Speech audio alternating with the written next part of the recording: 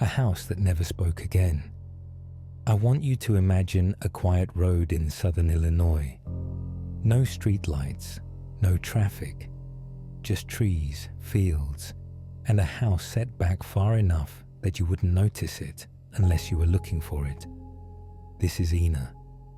In 1987, this town was small even by rural standards. A place where neighbors recognized your truck by the sound of the engine. A place where people left doors unlocked, not because they believed nothing bad could happen, but because nothing ever had, until it did. In November of that year, a young family vanished from their routines.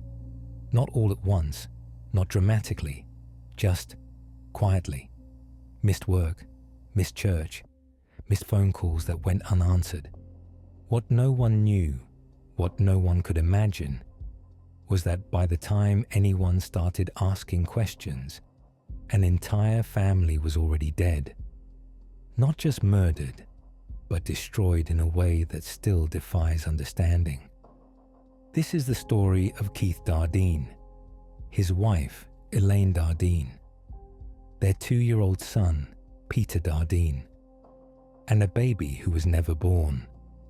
It is a case with no arrests, no clear motive, no resolution. And yet, nearly 4 decades later, the silence around it is still loud. Because some crimes don't just end lives. They leave behind questions so heavy, the community that carries them never fully recovers. This is the Dardeen family murders, and this is the open file. Chapter 1. The family before the crime. Before there was a crime scene, there was a routine. Before investigators arrived, before theories formed and files thickened, there was a young family living a quiet life in Ina, a place where days passed without urgency and where nothing ever seemed to demand attention beyond the ordinary. Keith Dardeen was the kind of man people described as dependable. He worked hard, showed up when expected, and didn't draw attention to himself. In a town like Ina, that mattered. It wasn't a place built for ambition or spectacle. It was a place built for stability, for showing up, doing your job, and going home at the end of the day. Keith did exactly that. He worked locally, maintained steady employment, and kept a predictable schedule. People who knew him remembered him as polite, reserved, and focused on his family. He wasn't someone who talked about enemies or problems. There were no public disputes, no rumors, no signs of a life unraveling behind closed doors. At home, he was a husband and a father. His wife, Elaine Dardeen, was described as gentle and thoughtful, someone who took pride in creating a stable, nurturing home. She was deeply invested in family life and in the future she was building. By late 1987, she was 8 months pregnant, preparing for the arrival of a new baby. There were plans being made, baby items being gathered, a family expanding in the most ordinary, hopeful way possible. Their son, Peter Dardeen, was 2 years old. At that age, children exist almost entirely in the present.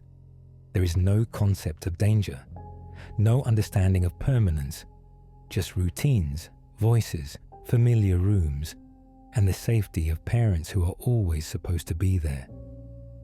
This was the Dardeen family, not wealthy, not troubled, not remarkable in a way that would ever draw attention.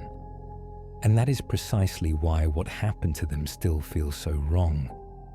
Ina in the 1980s was quiet even by rural standards. The town didn't see much change from year to year. People recognized each other's vehicles. Neighbors noticed when someone didn't show up where they were supposed to be. There was a shared sense, spoken or not, that serious violence was something that happened elsewhere. Big cities, distant places, somewhere other than here. The Dardeen home sat along a rural road, removed enough to offer privacy, but close enough to remain part of the community. It was not isolated in a way that suggested danger. It was simply rural, like so many homes in southern Illinois. There were no alarms, no reinforced locks, no reason to believe they would ever need them.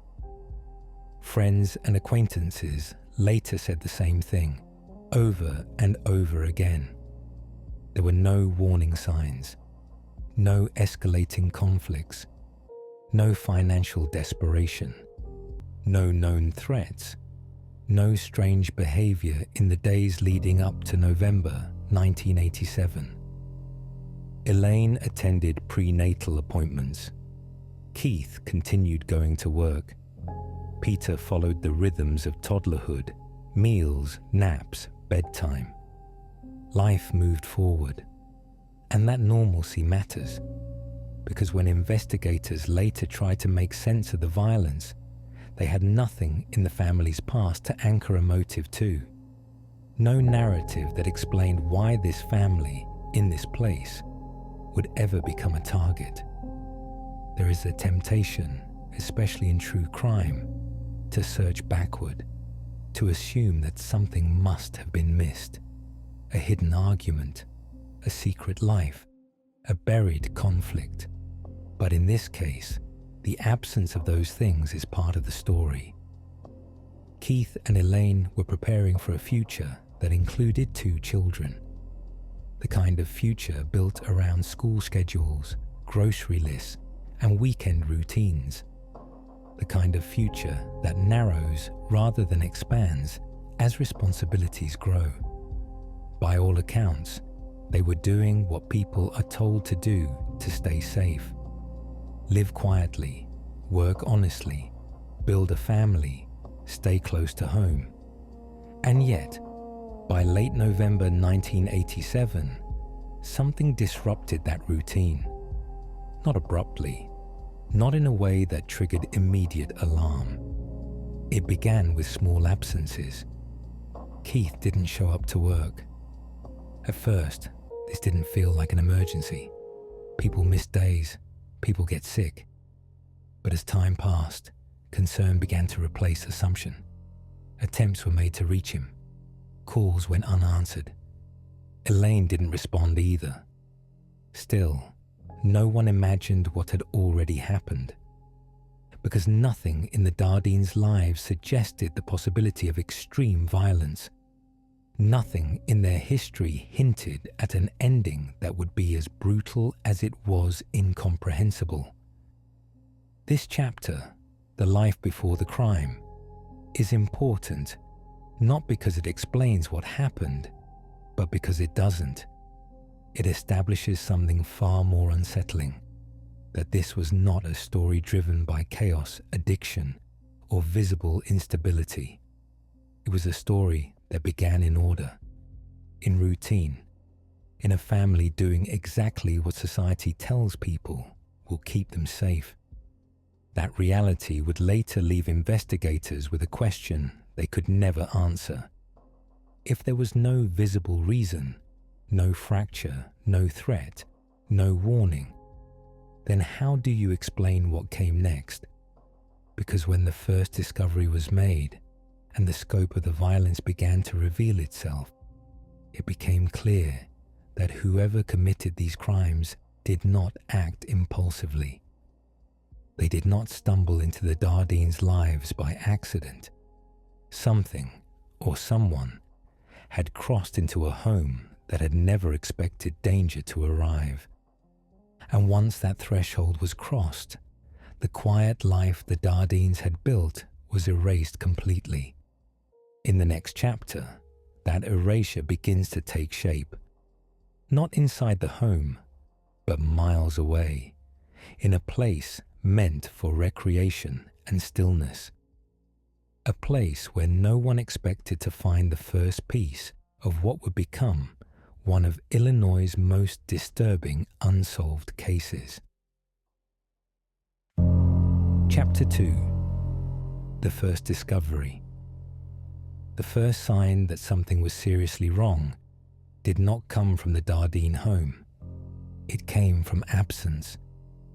When Keith Dardeen failed to show up for work, it raised concern, but not panic. In small towns, people give each other the benefit of the doubt. Schedules change, emergencies happen. A missed day can still be explained. But as the hours stretched into days, that explanation began to thin. Keith was reliable. He wasn't known for disappearing without notice, and attempts to reach him went unanswered. No return calls, no contact through family, no word from home. Eventually, concern turned into action. A search began in the places Keith might reasonably be found, routes he traveled, locations he knew, areas he might visit if something had gone wrong. One of those places was Wayne Fitzgerald State Recreation Area, a large, wooded park not far from Ena. It was late November. The landscape had already shed most of its color. Trees stood bare. The ground was layered with fallen leaves. The park was quiet in the way only off-season recreation areas are, still, open, and largely empty. That quiet was broken when Keith's body was discovered. He had been beaten to death. The violence was immediately apparent, but what stood out most was not just how he died, it was where he was found. This was not a place connected to his daily routine. It wasn't near his home. It wasn't near his workplace.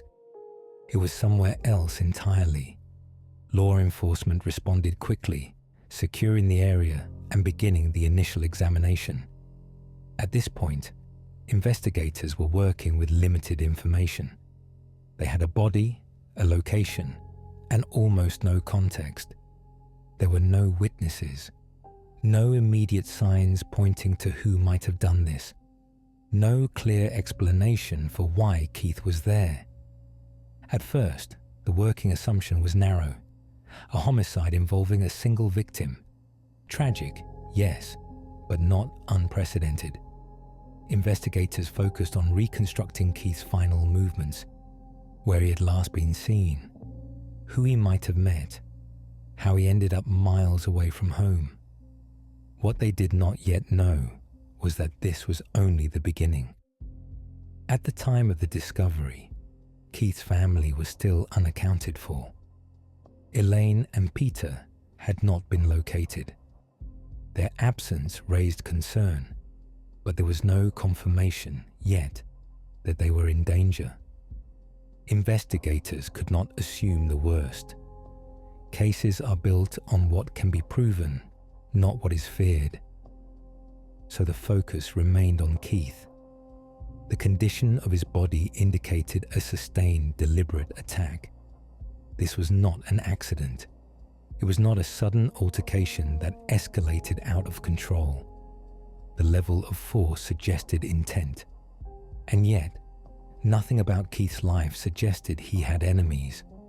There were no known disputes, no recent conflicts, no evidence that he had been involved in anything that would place him at risk. That contradiction, the brutality of the act against the ordinariness of the victim, immediately complicated the investigation. If this was a targeted killing, then why Keith? And if it was random, why here? As officers processed the scene, another question quietly surfaced, one that would grow more urgent by the hour. Where was the rest of his family? With no answers coming from the park, attention turned back toward Ena, toward the house, toward the people who should have been waiting for Keith to come home. By now, concern had escalated. A man was dead. His family could not be reached. The possibility that these events were connected could no longer be ignored.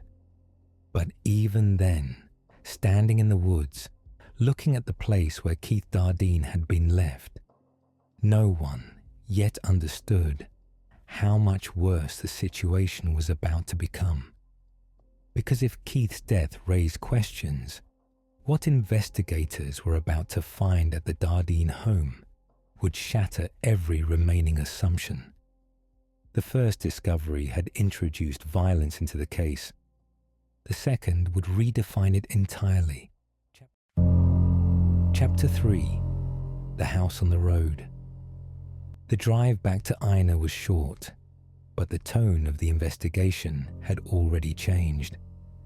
By the time officers turned toward the Dardeen residence, the case was no longer confined to a single victim found miles from home.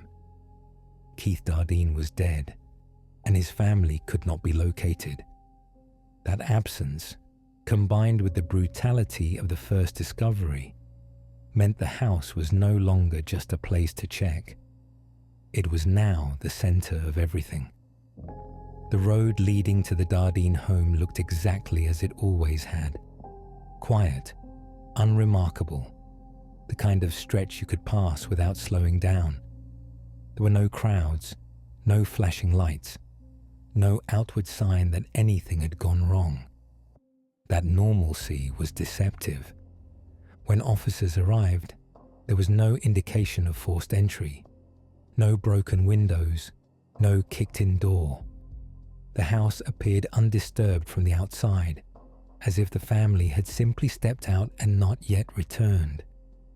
Inside, that illusion collapsed. Elaine Dardeen and her 2-year-old son, Peter, were found in the home.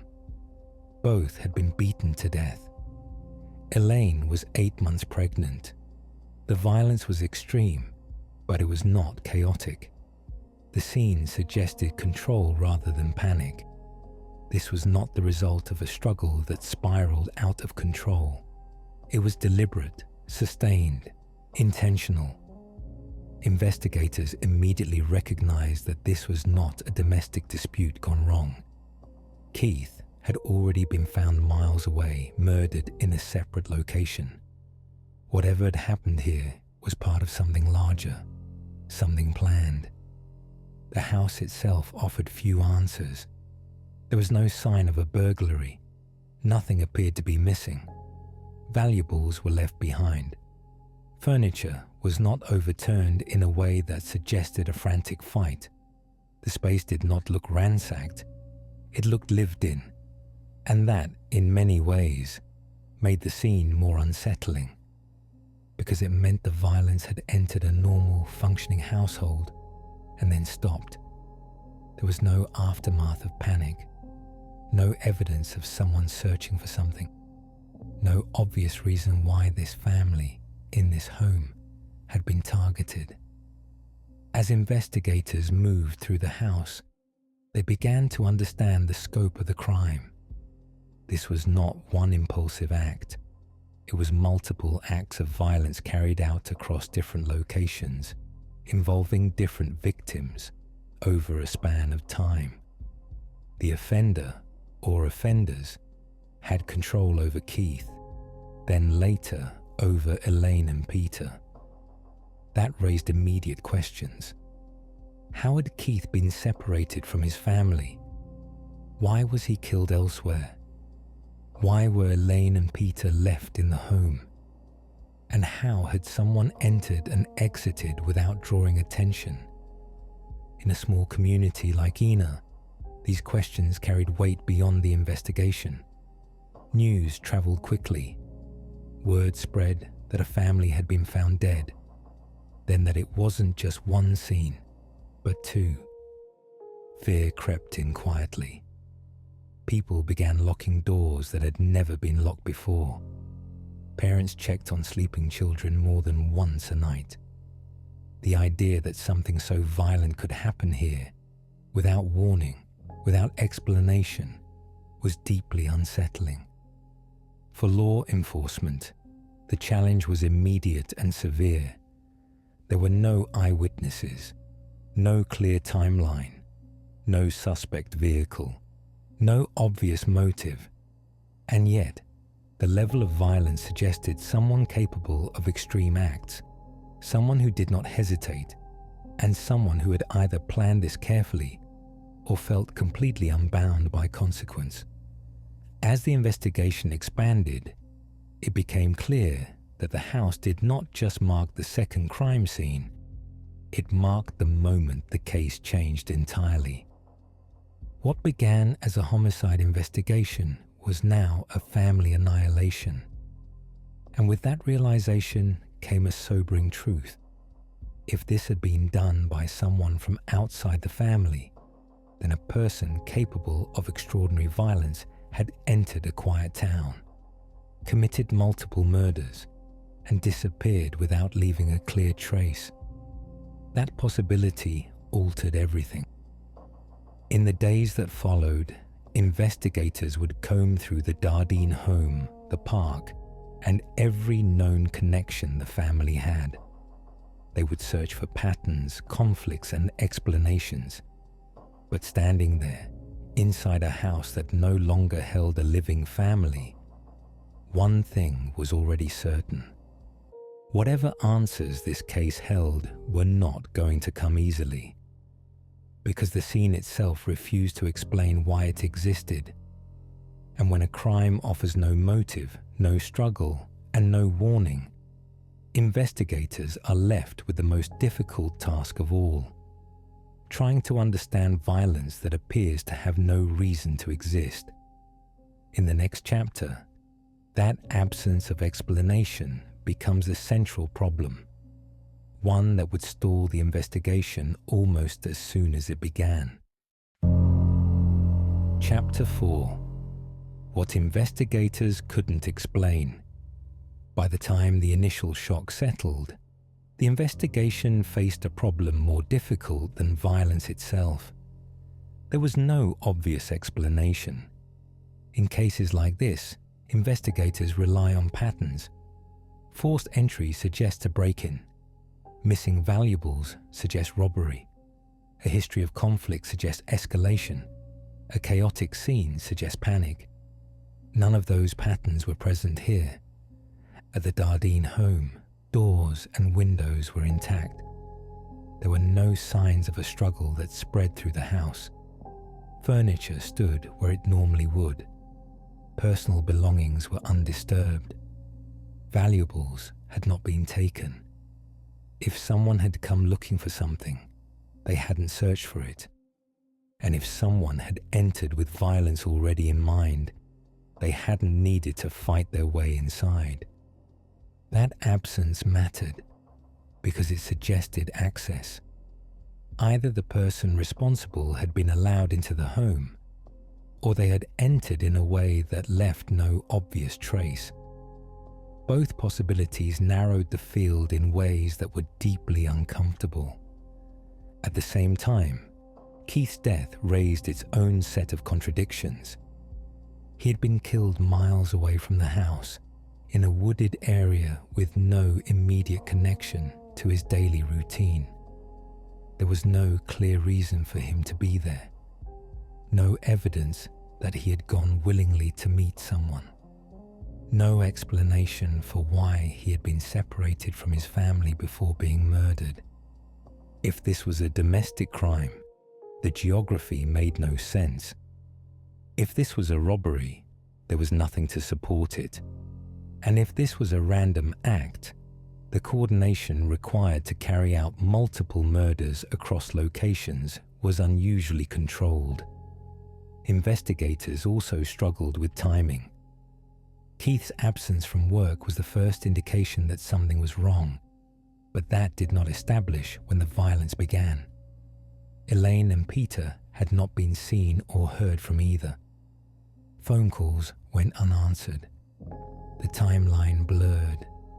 This lack of precision made it difficult to determine sequence, whether Keith was killed first or whether the crimes overlapped in a way that suggested prolonged control over the family. That distinction mattered because prolonged control implies planning, and planning implies purpose. Yet no purpose could be identified. Friends, co-workers, and family members were interviewed. Investigators searched for signs of financial trouble, interpersonal conflict, or recent stress that might explain the violence. They found none. Keith was not known to have enemies. Elaine had not expressed fear or concern to anyone close to her. There were no reports of threats, no restraining orders, no history of domestic violence. The family did not live in isolation, but they also were not deeply entangled in disputes or drama. Their lives were quiet, predictable, which left investigators confronting an uncomfortable reality.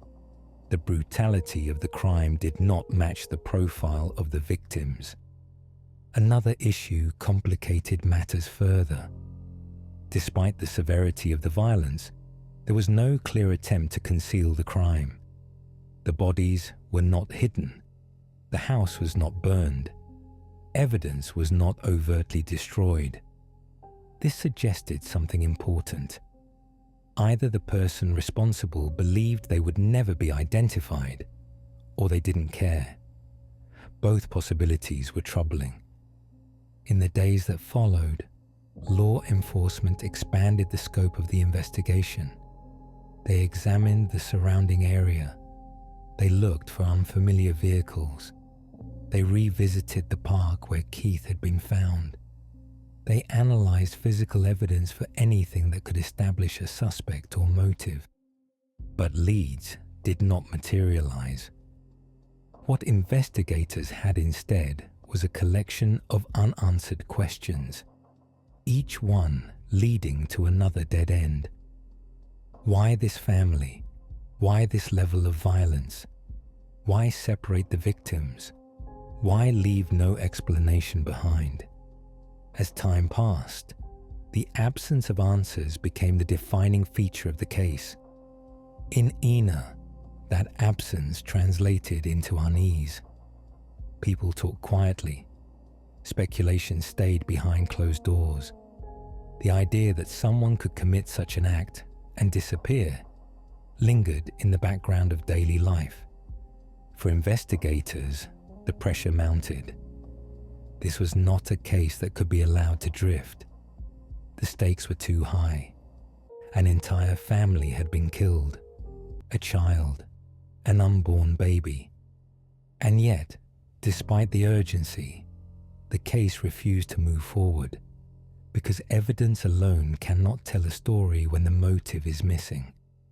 And without a motive, every theory would have to be tested, and ultimately, many would fail.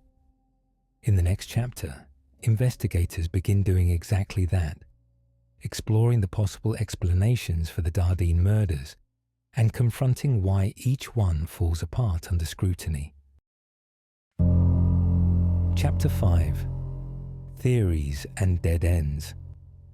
When evidence refuses to point in a clear direction, investigators are forced to work backward, not from answers, but from possibilities. In the Dardeen case, that process began almost immediately. With no forced entry, no theft, no obvious personal conflict, and no witnesses, every theory had to be considered.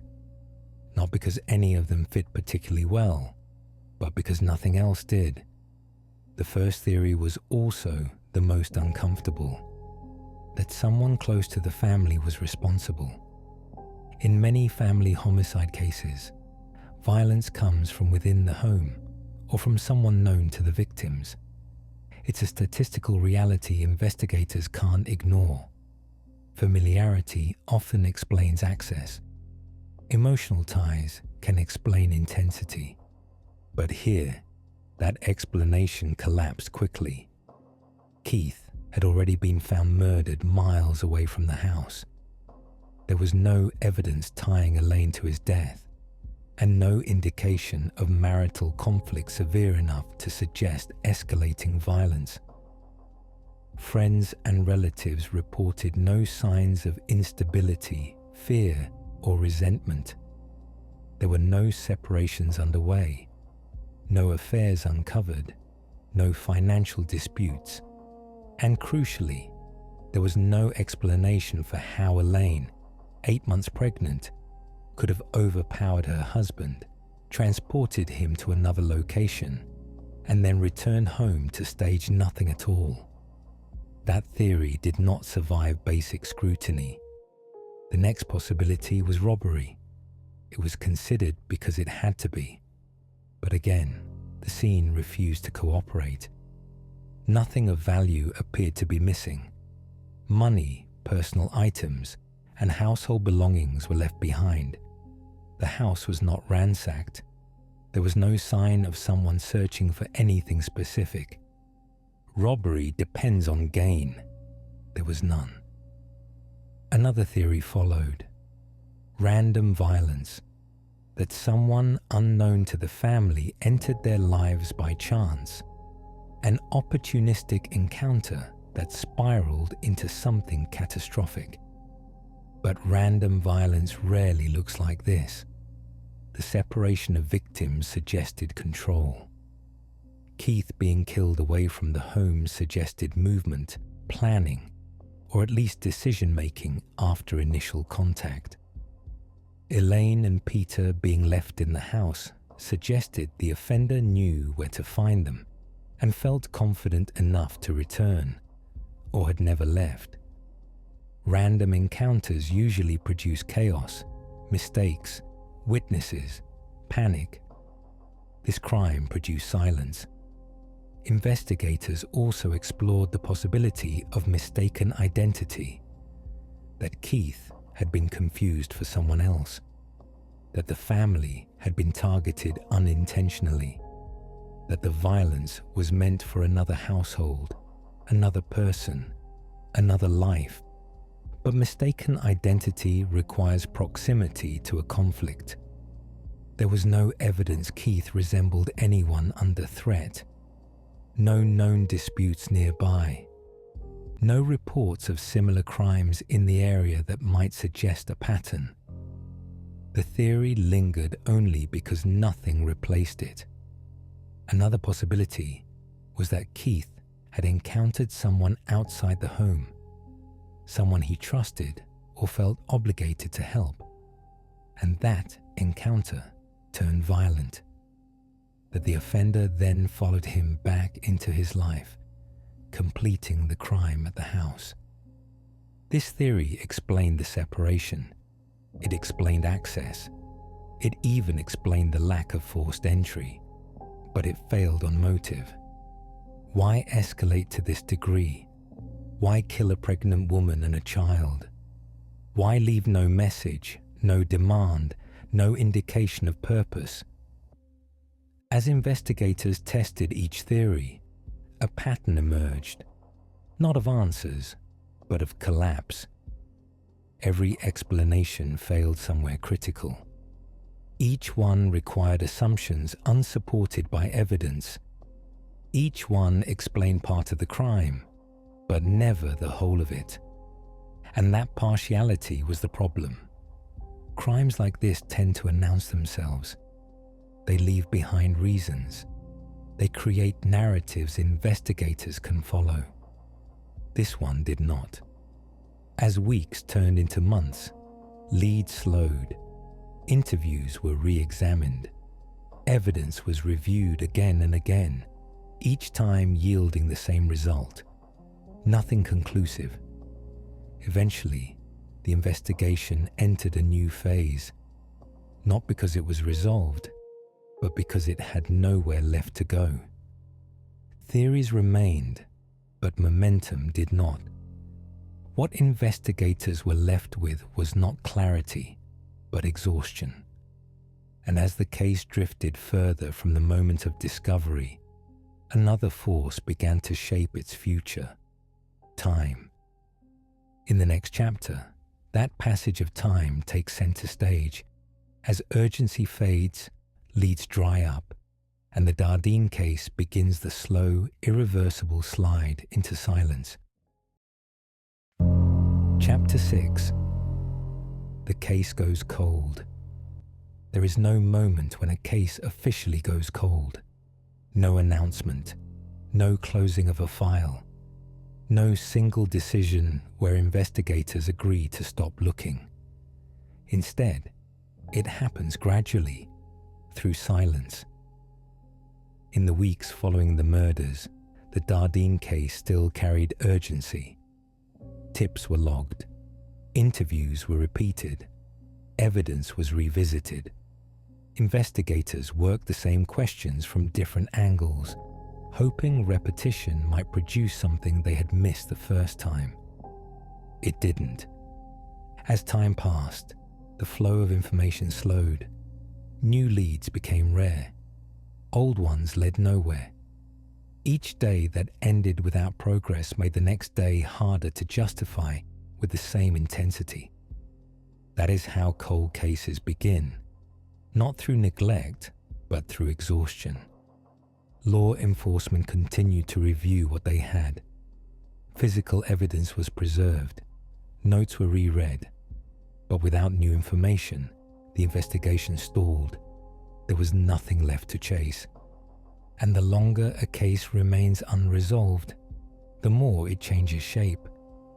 Witness memories fade, details blur, people move away, some die. What was once immediate becomes historical. What was once urgent becomes archival. For the Dardeen murders, this shift happened quietly. There were no arrests, no public breakthroughs, no moment where the community exhaled and believed answers were coming.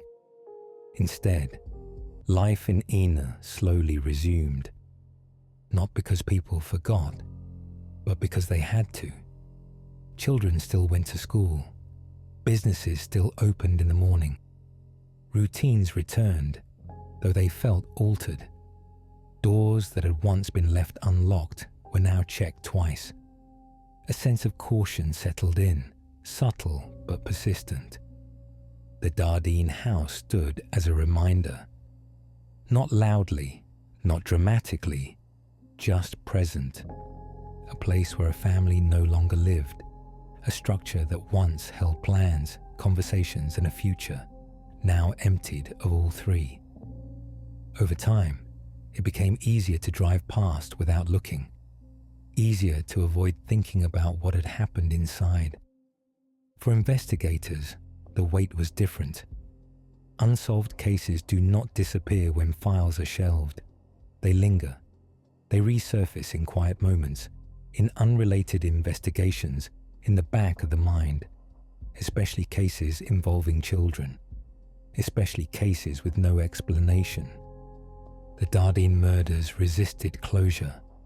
There was no suspect to revisit, no confession to doubt, no piece of evidence waiting for new technology to unlock it, at least not one anyone could identify at the time. And so the case entered a kind of limbo. It was not forgotten, but it was no longer active. Years passed, then decades.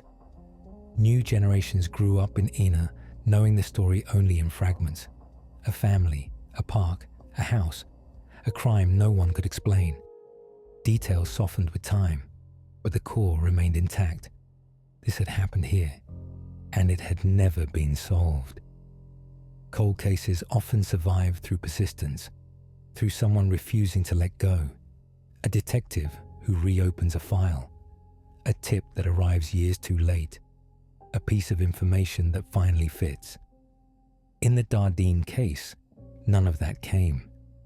What remained instead was a question that never changed, no matter how much time passed. How could a family be eliminated so completely, in such a controlled way, without leaving behind a reason? That question lingered long after the investigation slowed, long after headlines faded, long after the town adjusted. Because unresolved violence does more than deny justice. It reshapes memory. And as the years accumulated, the Dardeen murders became something else entirely. Not just a crime, but a presence. In the final chapter, we look at what that presence means, what remains when answers never come, and why cases like this continue to matter long after the evidence stops speaking. Final chapter, what remains? When a case is solved, it ends with answers. When it isn't, it ends with something else entirely. The murders of the Dardeen family did not conclude with an arrest, a trial, or an explanation that could be folded neatly into history. Instead, they settled into the background of a small town and stayed there, unchanged, unresolved, and heavy. What remains is not just a file or a collection of evidence. What remains is absence. Keith Dardeen never returned to work. Elaine Dardeen never gave birth. Peter Dardeen never grew older. And a child who was never named was never given a chance to exist at all. 4 lives ended, and no explanation followed them. In many cases, time offers clarity. New technology re-examines old evidence. A witness comes forward.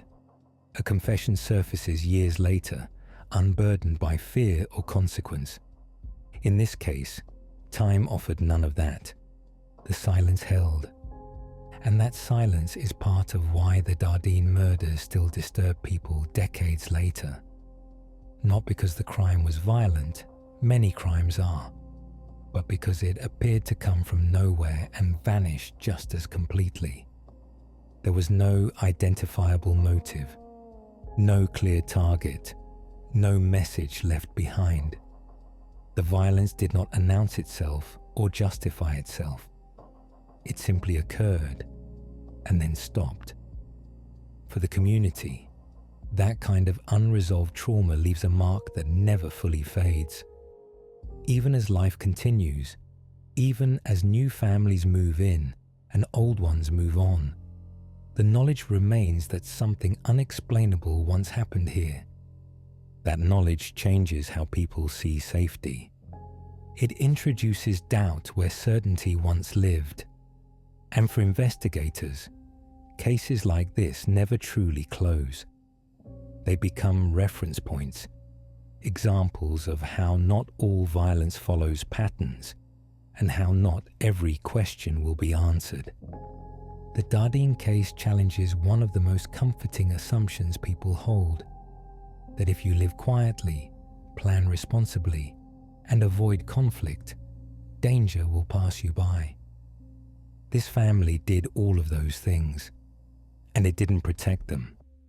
That reality is difficult to sit with. It offers no lesson, no warning sign, no clear takeaway beyond the fact that randomness, however rare, does exist, and when it does, it can be devastating. In the absence of justice, remembrance becomes the only form of resolution available. Remembering the Dardeens not as a mystery, but as a family. Not as a headline, but as people who were building a future that was taken from them. Their story endures not because it is sensational, but because it is unfinished. And as long as it remains unfinished, it continues to ask the same question it has asked since 1987. How does a crime like this happen, without reason, without explanation, and leave nothing behind but silence? There is no answer to that question, only the weight of it. And sometimes, in cases like this, that weight is all that remains.